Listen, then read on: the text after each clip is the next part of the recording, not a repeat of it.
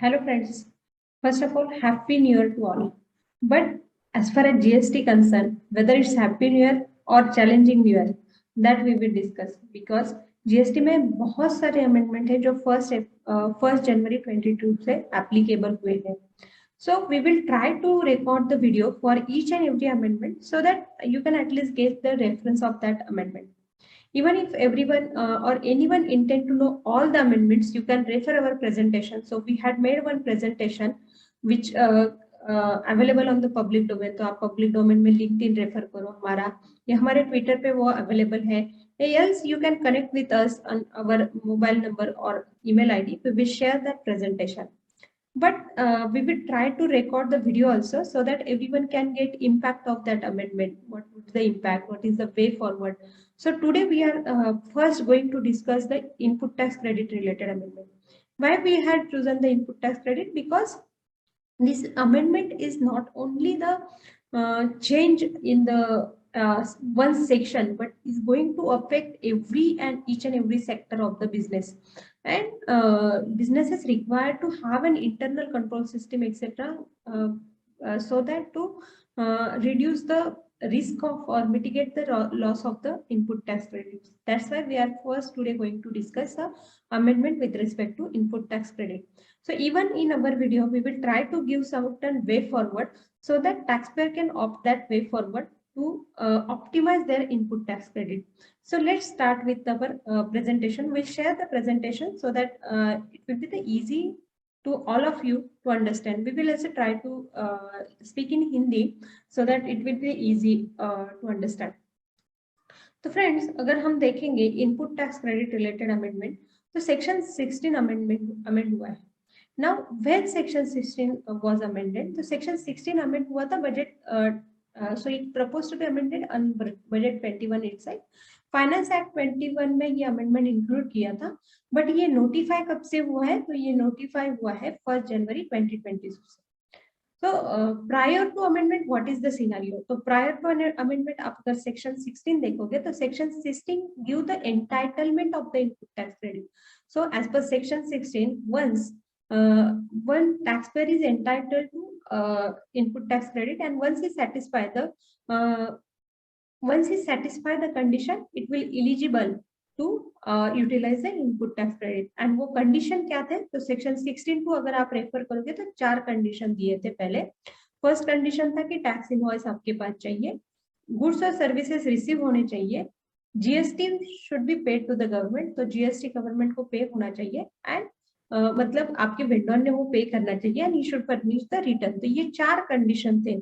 But new condition, one more condition they had added, and that is added under section 16(2). Sub clause A के बाद उन्होंने sub clause A add किया हुआ है, और कौन सी कंडीशन ऐड की है, will read that.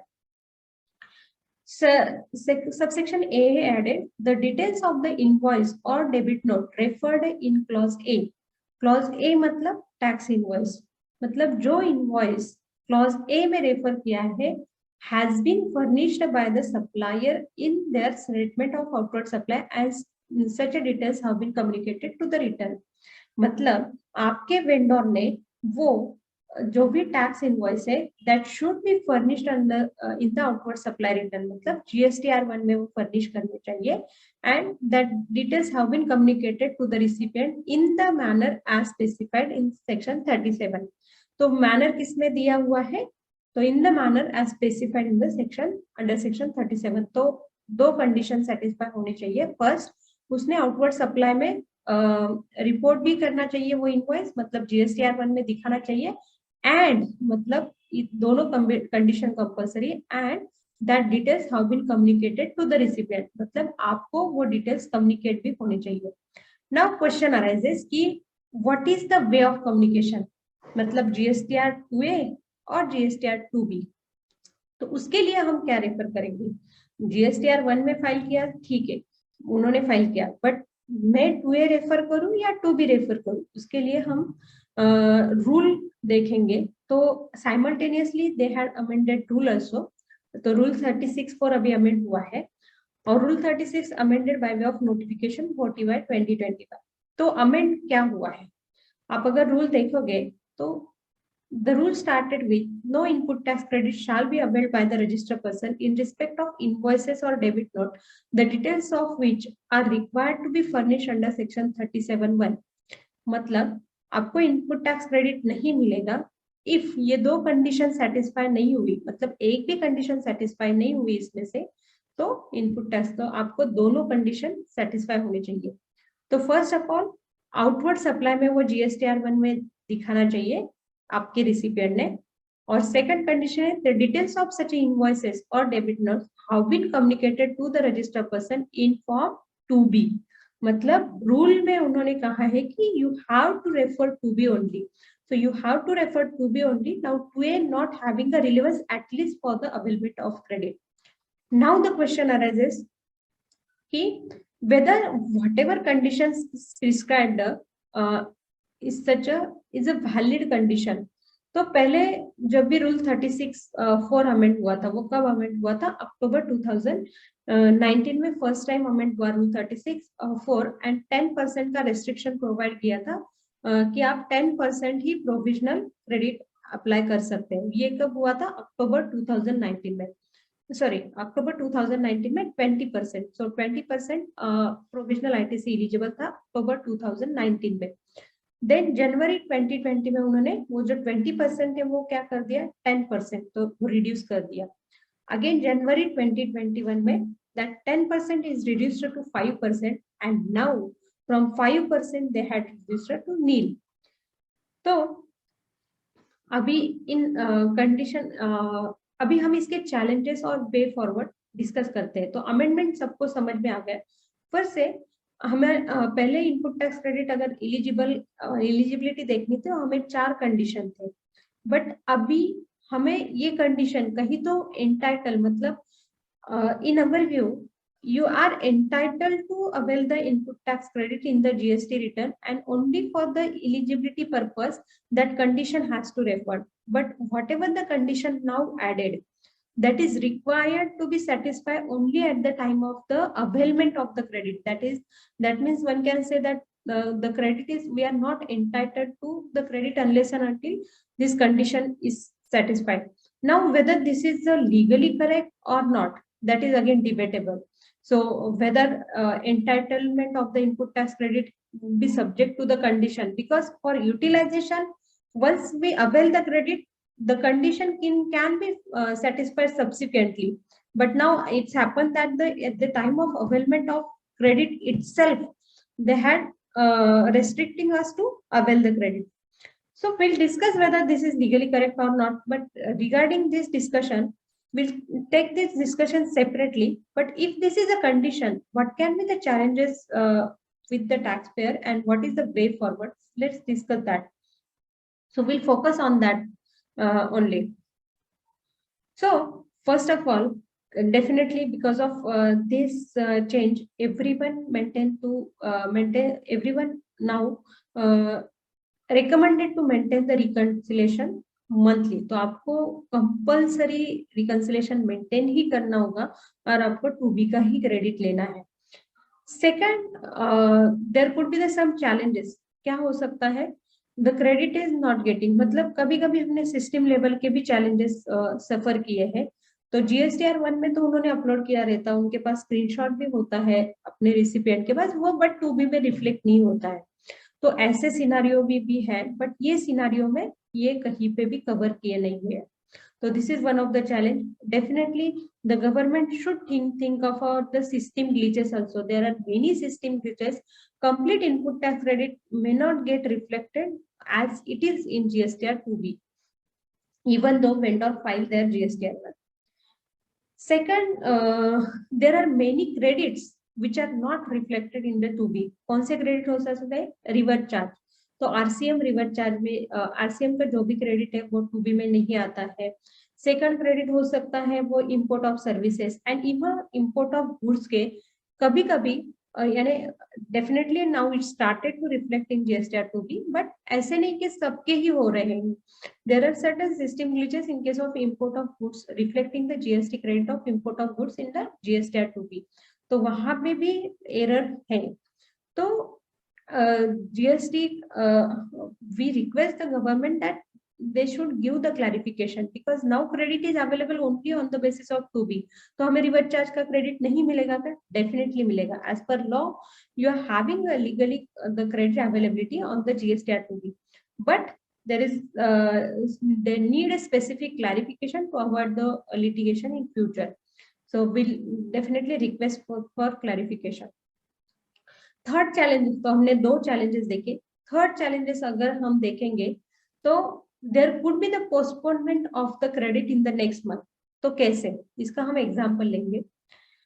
For example अभी जनवरी मंथ का रिटर्न है और आपके वेंडर ने वो रिटर्न फाइल कर दिया मे बी लेट्स से फरवरी को 11 को, तो आपका क्रेडिट कब रिफ्लेक्ट होगा? 14. तो 14 फरवरी को आपका GSTR 2B जो भी है वो कांस्टेंट हो जाएगा, मतलब that will get reflected and that would be static, that will not undergo change.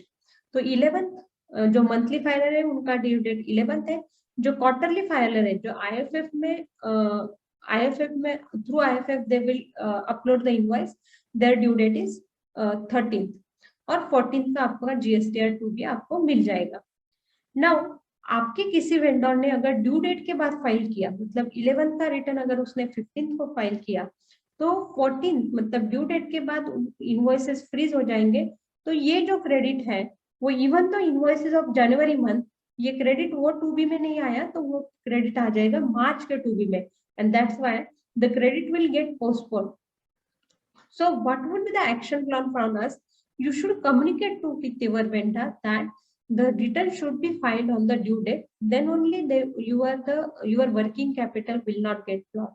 Else the possibility of working capital blocking is there. वो कैसे, वो भी बताते.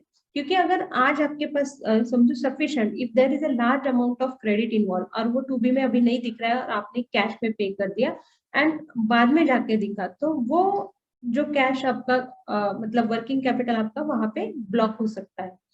तो that's why it is recommended to regular communication with the vendor. ये this one is the third challenge. Fourth challenge, inadvertent error. तो हमने देखा था कि बहुत जन क्या कर देते, GSTR 1 जब फाइल करते में भी GSTN गलत हो जाता, इनवॉइस नंबर गलत हो जाता, अमाउंट गलत हो जाती. So we are not the god, so there could be the error. So such a what happened with such a error? Again GSTR 1 जो अमेंड होता है वो एक ही बार होता है. तो what about this error? If this error happens, what would the way forward? तो वहां पे क्रेडिट नहीं मिलेगा अगर 2B पे रिफ्लेक्ट नहीं हुआ तो. So this again require the clarification. At least if we unable to revise the return, some clarification we should request, or some clarification we should the government should think of to give the clarification with respect to such a challenges. So we request to the government that this clarification should be needed, which will help the taxpayer. Now, fourth challenge, अगर invoice आपका after last date, तो हमने ये तो challenge देखा कि due date के बाद अगर फाइल किया तो आपका पोस्टपोन हो सकता है credit. But can this is possible that we can avail the provisional basis ITC? तो रूल 36(4) डेफिनेटली अमेंड हुआ है. तो as per rule 36(4) provisional basis पे हम क्रेडिट नहीं ले पाएंगे. But as per legally in our view, whether we are responsible to make the compliances of the third party, and once credit for the purpose of credit entitlement, while you are checking the conditions, the credit whatever the conditions that can be satisfied subsequently. मतलब मैंने आज credit लिया, but as per books I am having authority to take that credit that can be satisfied in the next month. Why our credit is restricting on the basis of 2B? So in our view that can be taken, but in law that may not allow, and even I think in some days they will bar by the system also. So system also block कर देगा वो credit लेना. So it is recommended to reconcile and take the credit as per 2B. As far as possible within the organization itself, have an internal control system which will help you to follow up with the vendor. So I think these are certain challenges. Any other challenges you can also share with us that challenges. We will discuss that challenges. But definitely everyone is discussing challenges about the this provision. तो बहुत जगह पे challenges discuss किए जा रहे हैं, बहुत जगह पे ये provision is not correct, that is tax said by the taxpayer. So even we are saying that the legally whether this is correct or not. So definitely we are not the party to, or we as a taxpayer, we are a businessman. Why we are responsible for the third party compliances? But definitely we don't go into that. Instead of that, we will check what is our way forward. मतलब आप क्या कर सकते हो so that you can optimize your ITC or you can reduce the risk of the litigation. So we'll discuss what can be the way forward with the taxpayer. Let's say this amendment has happened and you want to mitigate the risk of litigation, or you want to optimize the input tax credit, you don't want to block your working capital, then what is the way forward with you? So let's discuss that. So first of all, I can say it's a 5-step plan. So first of all, list down all the vendor. Many times what happen, जो भी हमने जहाँ पे भी company में हमने internal control system design की है, या हमने बहुत सारे कंपनी में एसओपी डिजाइन किए हैं, तो हमने बहुत बार ऐसे देखा है कि वेंडर, अगर आप वेंडर लिस्ट डाउन करोगे तो उसमें से 80% amount is covered by the 4-5 vendors. So let's apply 80-20 rule. तो एटलीस्ट आप वो अगर 80% अमाउंट, अगर आपका लेट से 10 वेंडर कवर होते रहेंगे, 20 वेंडर कवर रहते होंगे, और आपका 80 to 90% input tax credit cover हो रहा है, तो let's concentrate on that vendor itself. तो वो वेंडर से कम्युनिकेट करो, वो वेंडर से लिस्ट डाउन करो. Second, your vendor should be bifurcated into the 6 categories. मतलब आपके जो भी वेंडर है वो 6 कैटेगरीज में बाइफरगेट करो. मतलब वेंडर विथ ई इनवॉइसिंग, तो जहां पे भी ई इनवॉइसिंग आ जाता वहां पे हम थोड़ा कम ध्यान दिया. मतलब बहुत बार क्या हो जाता है, जब मूवमेंट ऑफ गुड्स हो रहा है तभी ई इनवॉइसिंग जनरेट करना पड़ता है. तो ई इनवॉइस जनरेट होता है, जीएसटीआर 1 में रिफ्लेक्ट होता है, 2A में रिफ्लेक्ट होता है, तो 2B में भी आ ही जाता है ड्यू डेट के पहले. So bifurcate your vendor into 6 category. एक vendor with e invoicing, vendor with tax invoice, तो ई इनवॉइसिंग जिनको एप्लीकेबल नहीं है that. So that such vendor required more follow-up. Vendor who has opted for QRMP scheme. तो अगर vendor ने QRMP scheme opt की है तो bifurcate that. Follow up with such a vendor for including your tax invoice in the IFF. नहीं तो ये quarterly shift हो जाएगा. Again your input tax credit will get shifted quarterly. Vendor with composition scheme, again whatever the vendor having a composition scheme, separate it so that you don't require to track it unless and unless they will shift into the normal and unregistered vendor. So ये 6 category में आप divide करो, and you can may come to an conclusion there are only the 80% or only the 10, 15 or 16 vendors which will cover or if the company follow with such a vendor, then they will try to, or they can save the 80% of input tax credit.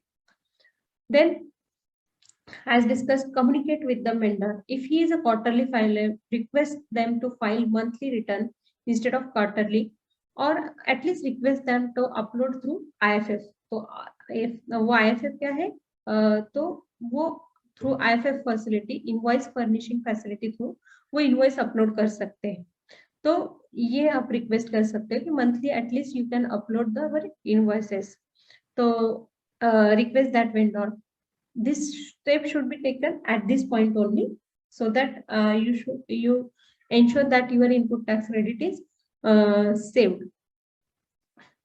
Then even we had seen that the many vendor status is inactive. मतलब क्या हो जाता है कि vendor return नहीं file करते हैं, क्योंकि अभी अगर आपने 1 मंथ का रिटर्न नहीं फाइल किया तो नेक्स्ट मंथ में आपका GSTR1 ब्लॉक हो जाएगा. तो अगर वेंडर रिटर्न नहीं फाइल करते तो इवन कैंसिलेशन प्रोसीड होता है. तो with in the organisation there should be the system to check the vendor biweekly और मे बी आफ्टर 2 वीक कि स्टेटस क्या है वेंडर का, whether it is active or not active, whether he is filing GSTR 3B or not. If he is not filing, he is not compliant, let's follow such a vendor separately. So this is required within the organization. And even we will get who is the non-filer because of this. अगर second step देखोगे हम तो that comes on the boarding. Whenever there is a vendor on boarding, it should be with SOP. तो आपको पता ही रहेगा जब भी हम बैंक अकाउंट में आपको अकाउंट खोलना है तो KYC compulsory, and even now KYC is compulsory for yearly compliances. तो वैसे ही कुछ ऑर्गेनाइजेशन में सिस्टम चाहिए कि whenever there is a vendor on boarding, KYC should be compulsory. मतलब like you should check their registration status, you should check their return filing status. So even there is a one software called as Peridot. तो आप अगर invoice और उनका GST number scan करोगे तो आपको पूरी हिस्ट्री पता चलेगी कि उन्होंने कब कितने रिटर्न फाइल किए हैं, कितने नहीं फाइल किए, whether he is registered, whether he is active vendor or inactive vendor. So check that status and then only you decide whether you intend to do the business with such a vendor or not. Definitely all this process, whatever we are saying, maybe discussion is easy, but whenever we had implemented within the organization, it very much difficult. So even for SOP purpose it's difficult, but try to implement within the organization. And after implementation whatever result, so जहां जहां हमने जो company में ये system implement की है वहां पे जो भी रिजल्ट अब तक आए हैं that is very good. Definitely implementation will require sufficient time, but वो टाइम आपको यूजफुल होगा बाद में. So try to implement this procedure for continuous period. So even you can refer the purchase agreement or POR agreement. तो POR agreement में है वहां पे आप मेंशन कर सकते हो कि uploading of the invoice should be on real time. So you should revisit the purchase agreement और agreement with the vendor and you can add the clause with respect to invoice. तो वहां पे आप add कर सकते हो कि there should be the uploading of the invoice on the real time, वो भी ऐड कर सकते हो. If there is any litigation then interest or non-compliance from the recipient side, you can able to recover the loss on account of non-compliance of the vendor. So such a clauses can be covered through the SOP during the onboarding itself. So it's very necessary how you are onboarding the vendor. Now friends, whatever as we discussed, only 2B you can refer, but if 2A available at now, whatever the status on online portal in our जो भी हमने देखा है 2A available नहीं है, but 2A उन्होंने delete ही किया है, ऐसे नहीं, मे बी 2A अवेलेबल हो सकता है. अगर 2A अवेलेबल है तो 2A और 2B में डिफरेंस क्या है? 2B आपको डायरेक्टली 14 नेक्स्ट मंथ में 14 में अपडेट होगा.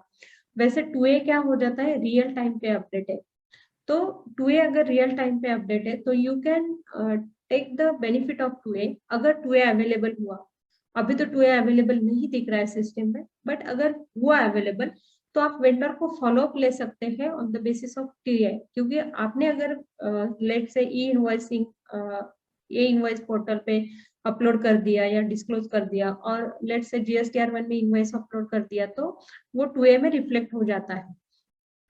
तो आप वेंडर को रिक्वेस्ट करो, जब भी गुड्स और सर्विसेज सेंड करोगे तब immediately they can upload the invoice on GSTR1 portal so that it will get reflected in the 2A. So on the basis of 2A you can follow up with the vendor.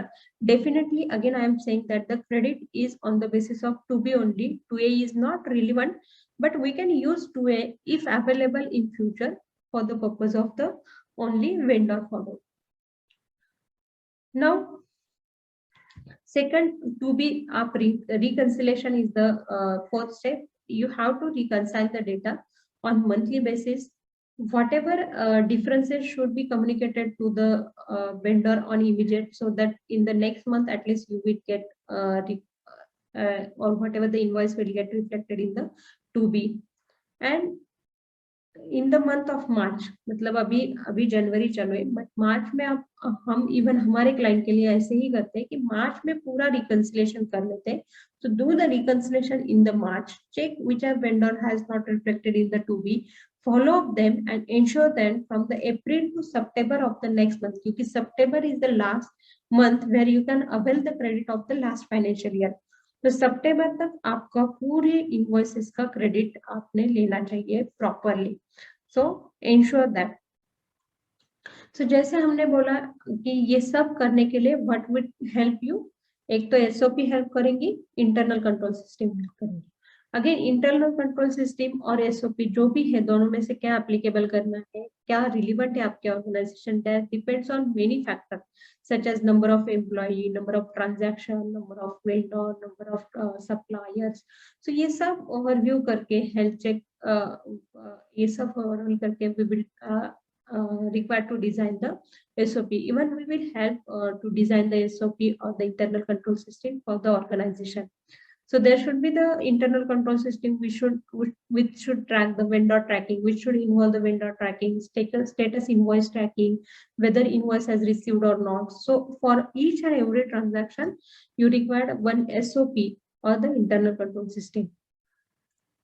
Second, many of the organization has now opted that the आप payment release ही मत करो जब तक 2B में reflect नहीं होता है, तो that can also be opted, that can be one of the way.